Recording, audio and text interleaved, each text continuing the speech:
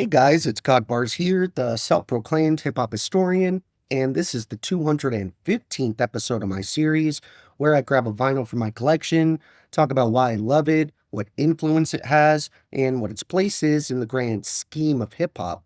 So once again, we've reached the end for another set of 2000s classics, and once again, I've chosen to cap it off with the supervillain himself, MF Doom. I've covered so many legendary releases from this GOAT and his various personas, from Vaudeville Villain by Victor Vaughn to Mr. Hood, the debut album by his first group, KMD, to his magnum opus with Madlib, Mad Villainy, or the later, more underrated projects in his discography like Born Like This. And that isn't even including the releases that he put out under the actual MF Doom name via Food or Operation Doomsday. I also did a ranking for all of the Doom-related vinyls in my collection a little while back, so I'll leave a link for that down in the description if you're interested in seeing where I place the myriad of output he gifted us with throughout his truly impactful lifetime.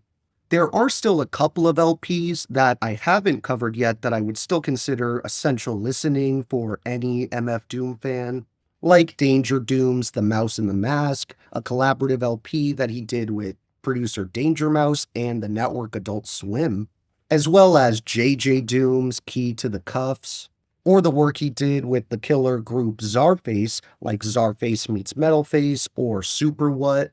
But for me, Take Me to Your Leader by King Geedorah is probably the only Doom project left that I truly love and haven't talked about until now. While it may not be anywhere near the only album he put out under a moniker, this LP ends up being very different from pretty much any other release in the supervillain's discography, because there's only a small chunk of songs that actually feature MF Doom rapping over them. The rest of this experience gets made up from an amalgamation of enveloping instrumentals, killer chops and sample flips, and most of all, a number of guest appearances who often get the entire track to themselves. Doom invited a number of names onto this thing, a good amount of which came from the Monsta Island Czars collective, which not only gave some of the more underground affiliates of his a chance to shine, it also assists with the pace of the overall auditory journey we're being taken on, and keeps everything moving and flowing so the album never stagnates or gets stale.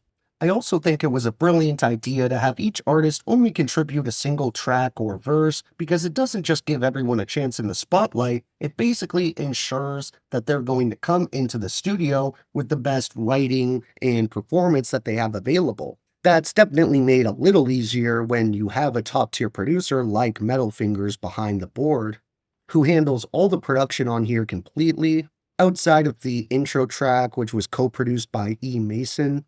Even though this was technically only Doom's second full-length LP as a solo artist, he was rapidly improving as a beatmaker and producer, so much in fact that a number of my favorite instrumentals he ever put together show up on here.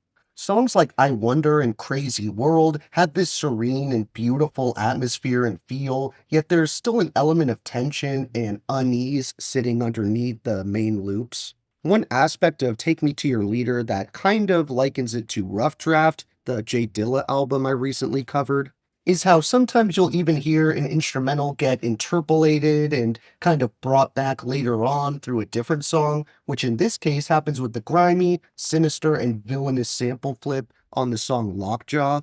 This track plays perfectly into the monster movie aesthetic of this LP, and while it barely cracks a minute, the guest rapper Trunks makes great use of the time he's given by providing us with bar after bar through a pretty tight-knit and polished flow. And Trunks uses this killer delivery to match the breakneck pace by rapping almost as if his verse is one giant run-on sentence, saying, "Before I rock raps, I drink a keg of Listerine, then I spit the freshest rhymes you've ever heard for centuries, then I form blazing sword and cut your mic cord and kill them garbage rhymes only your friends get hyped for. Blitz your home team, them dudes need to come clean, so I give 'em an acid wash like old school Levi jeans. Lockjaw, cracking a faulty frame and I bring the house down without hijacking planes. Lock stocked with 2 smoking barrels and we'll use it to fuck up more beats per minute than drum and bass music. Trunks ain't a rapper, he's a monster from the future, twisting your body in more positions than Karma Sutra. Smart ass getting the last word with Jim Rowe, with a right hand like Dr. Claw that's known for breaking bones. However, as I alluded to earlier, Trunks is nowhere near the only guest appearance on this thing, as Take Me to Your Leader also gives us features from names like Biolante, Geigen, Lil Psy, ID 4 Wins, Empress Star, Stacy Epps, Rodin, Mr. Fantastic, Hassan Chop, and Jet Jaguar, also known as MF Grimm. Another moment I want to share is from the stellar closing track, where MF Doom himself takes the mic to spit ether over this epic, grand instrumental, starting the song with "Render unto Geedorah what is Geedorah's, tend to any seizure through a beaker and a tweezers, read the fine print and be like, what's the big deal? Spun wheels of steel since broke wheel big wheel. Back when it was greasy S-curl, now it's easy dread." Had a rhyme on how they used to tease him about his peasy head. Yes, yes, y'all, to the beat, have a ball for Avacor. Have it your way, grab his straw, Jabberjaw. Since two-tone leaves these new phonies is bony hoes, lonely like cheese and bologna only. I could have broke my sacrophiliac, silly grind Billy Jack, illy 9 milli black. I also adore the way Doom put this beat together in particular, with these spacey laser sounds and fat crunchy drums, that for me at least paint a picture of this giant monster roaming through the city, making the earthquake with each step. When it comes to my honorable mentions on this thing, I decided to leave out Lockjaw since I read almost that entire song, and instead I want to shout out tracks like Phasers, Antimatter, Fast Lane, The Final Hour, Next Levels, and No Snakes Alive.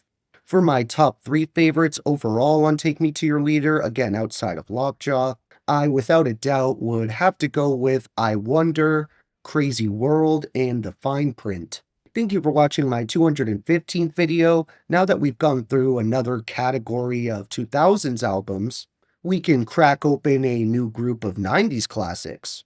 So look for that upload to see which LP I'm going to start that set off with. And if you enjoyed, be sure to like, subscribe, and let me know what your favorite songs are off this unique and fruitful undertaking. Don't forget to have a great day, and I'll see you next time, okay? All right.